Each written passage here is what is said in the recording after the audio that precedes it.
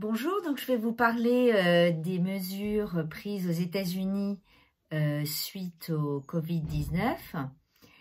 Donc alors que Donald Trump vient de suspendre sa contribution à l'OMS, les États-Unis sont finalement le pays qui est actuellement le plus touché par le Covid-19, 610 000 cas comparé aux autres pays.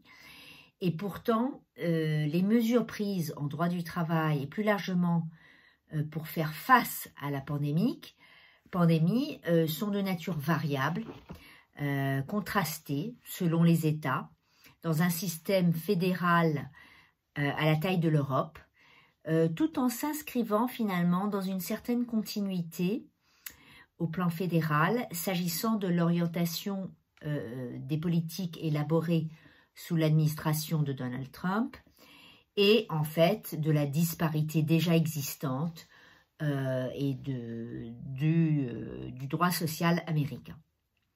Donc la structure de mon propos cherche déjà à refléter une certaine prudence lorsque l'on envisage le droit américain compte tenu de l'échelle du pays. Et donc, mon propos va se diviser en deux parties. Une première partie est consacrée aux mesures fédérales prises dans le cadre d'un plan de sauvetage présidentiel et d'une loi. Donc d'abord le CARE Act, qui a été précédé par une autre loi pour les familles. Et en fait, dans un deuxième temps, la mise en œuvre plus ambivalente de ces mesures par le département du travail. La deuxième partie traite du contraste des mesures prises au niveau des États fédérés, en prenant deux exemples rapidement, la Californie et la Floride. Donc, voyons d'abord la portée de la loi sur les familles, qui a été déjà adoptée par le Congrès le 14 mars 2020, et le plan de sauvetage général de l'économie américaine qui comprend des mesures pour les travailleurs, et dans un deuxième temps de cette première partie, les limites. Donc la première loi qui s'appelle Families First Coronavirus Response Act du 14 mars 2020, en vigueur depuis le 1er avril, est une loi qui a prévu déjà les tests gratuits pour le coronavirus.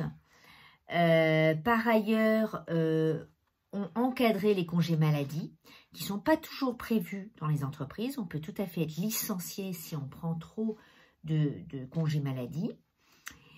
Et puis, davantage de financement des bons alimentaires. Donc, le plus important, c'est de savoir que concernant les congés maladie, qui sont vus de façon plus large comme congés effectivement aussi pour garder ses enfants. Il s'agit des employeurs de moins de 500 salariés et des employeurs de moins et les employeurs de moins de 50 salariés, on verra, peuvent faire l'objet d'exemptions.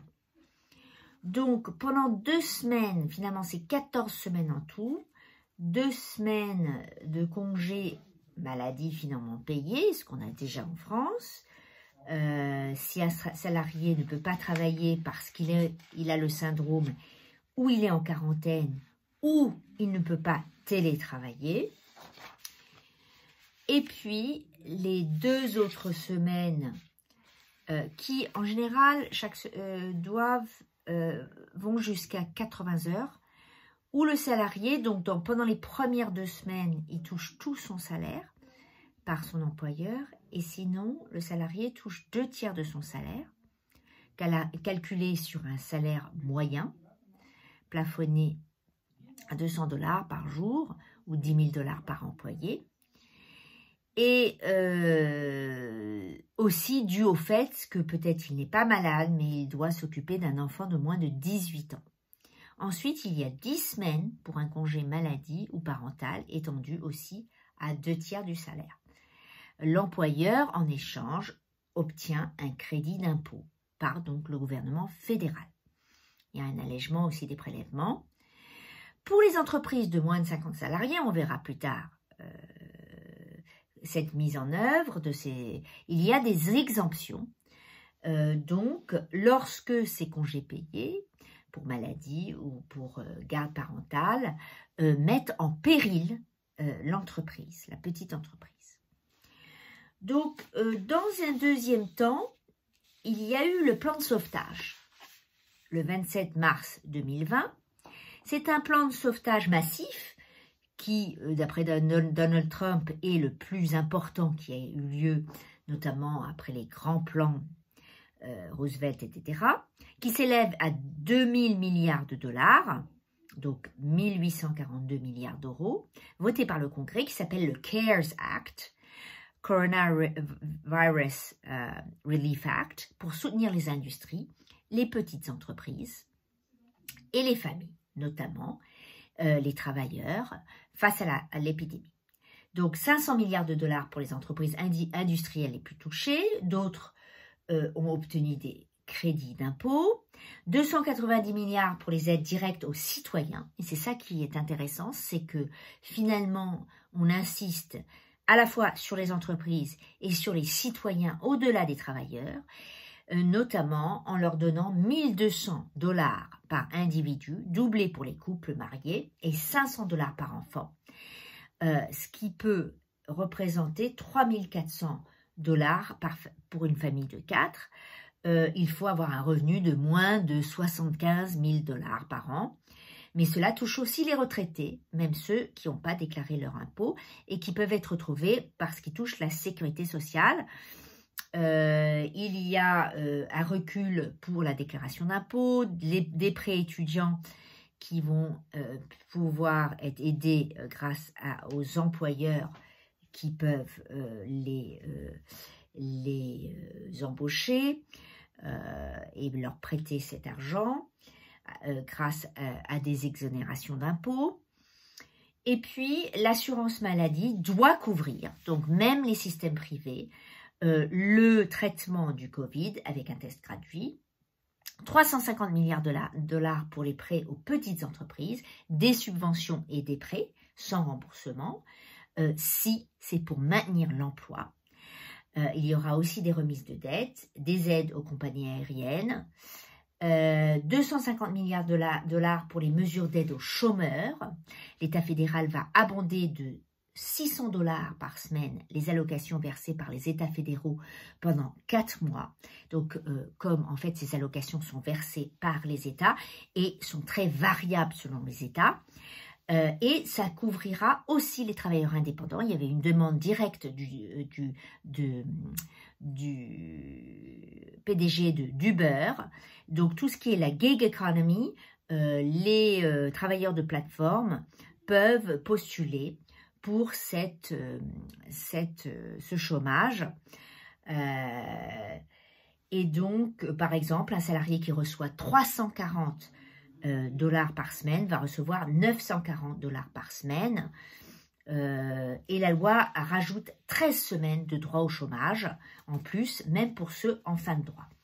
100 milliards de dollars pour les hôpitaux et le système de santé, sans compter le Defense Production Act, une loi qui date de la guerre de Corée, qui contraint donc certaines entreprises comme GM à produire des respirateurs artificiels pour faire face au coronavirus. Alors, qu'est-ce qu'on peut penser de ces mesures? Donc, globalement, les mesures peuvent être vues comme finalement assez généreuses pour les États-Unis, qui n'est pas un pays qui travaille sur la demande, qui est plutôt sur l'offre. Mais nous sommes en période électorale. Et puis, elle pallie l'absence d'un système de protection sociale, notamment assurance maladie, indemnité journalière. Donc ça, c'est clair pour une grande proportion d'Américains, même dans le cas de Obamacare, puisque les congés maladie, parfois qui sont pris, peuvent exposer les salariés souvent à un licenciement, puisque on est dans un système de gré à gré. Le droit du licenciement n'existe pas sauf dans l'État du Montana. Finalement, ce sont des mesures pour les entreprises, les citoyens les moins favorisés, le soutien aux chômeurs, plus de 3 millions aujourd'hui déjà inscrits, et puis finalement, des mesures ad hoc. Cette mise en œuvre a été critiquée, puisqu'en fait, finalement, les circulaires du ministère du Travail, dirigés par Scalia, le fils de l'ancien juge conservateur de la Cour suprême, permet finalement aux petites entreprises de même pas demander l'exemption pour ne pas financer finalement les congés maladie, si cela met en péril les entreprises. Certains membres du Congrès pensent que cette circulaire donc du secrétaire d'État au travail est contre allégem parce que finalement ces mesures pour les congés maladie touchent maintenant plus seulement 25% des salariés, car la plupart travaillent pour des entreprises de moins de 50 salariés et pour des entreprises de plus de 500 salariés. Ces deux catégories étant finalement mis de côté du point de vue du champ d'application de la loi. Il y a bien sûr des gestes barrières dans les entreprises, une séparation entre les salariés essentiels à l'emploi et ceux qui ne le sont pas, des mesures de l'administration sur la santé et la sécurité, puisque nous avons une loi aux États-Unis sur la santé et la sécurité, sauf que l'administration Trump vient de dire qu'il n'y aura pas nécessité de signaler les cas de coronavirus dans l'emploi, parce qu'on ne sait pas quelle est l'origine de la contamination, ce qui effectivement a suscité beaucoup de critiques. Pour terminer, il faut regarder dans un deuxième temps ce qu'ont prévu les États. Les États ont prévu d'un côté la Californie, qui est un système d'État-providence plus important, qui a prévu le confinement depuis plus longtemps, a prévu une série de mesures en distinguant les travailleurs qui sont vus comme essentiels, qui doivent être protégés particulièrement dans l'emploi, et les mesures pour protéger les salariés non essentiels qui vont perdre leur emploi et qui pourront utiliser des congés maladie handicap en dehors de ce qui est prévu par la loi sur la famille et les congés maladie, des congés parentaux payés, 6 semaines de plus à 70% de la rémunération, et puis des majorations du point de vue du chômage, jusqu'à 26 semaines, des congés invalidité lorsque la maladie aura été contractée au travail pendant 90 jours. En Floride, par contre, une législation beaucoup plus limitée, pas de confinement obligatoire, une obligation de distanciation sociale. Le gouverneur DeSantis est très proche de Trump. Il prévoit seulement des prêts pour les petites entreprises, donc de 1 à 100 salariés, et pour les particuliers, tout simplement, en dehors des mesures de chômage, uniquement une embauche de salariés pour instruire le trop-plein de dossiers d'allocation et des serveurs plus performants pour traiter les dossiers. Voilà, donc on voit finalement qu'il y a une disparité importante d'un État à l'autre,